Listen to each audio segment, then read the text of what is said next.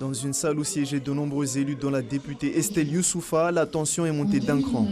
Pour les collectifs présents, la position est radicale et le débat n'a pas lieu d'être.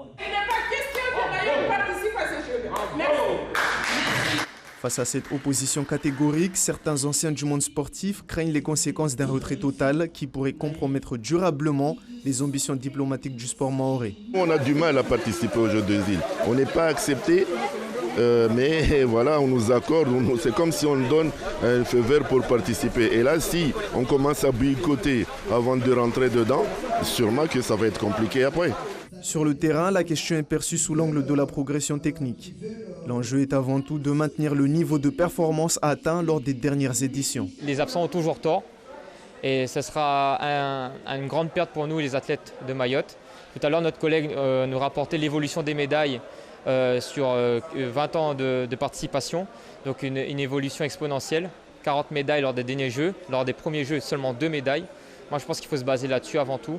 Pour certains athlètes, le risque serait de voir toute une génération stagner faute de compétition de haut niveau dans la zone. J'ai vécu les Jeux plus jeunes, plusieurs Jeux plus jeunes et je sais que je suis devenu qui je suis aujourd'hui parce que justement ces Jeux-là. Et aujourd'hui, priver toute la jeunesse de Mayotte, tous les sportifs de Mayotte de ces Jeux, pour moi c'est un très gros risque. C'est un très gros risque, surtout qu'on ne nous propose pas d'autres alternatives derrière.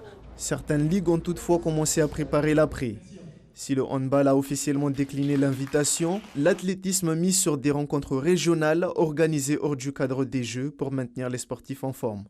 On essaye déjà d'anticiper, notamment sur des matchs entre Mayotte, La Réunion, Seychelles, Maurice, peut-être Madagascar. Il y aura ça, après on va voir.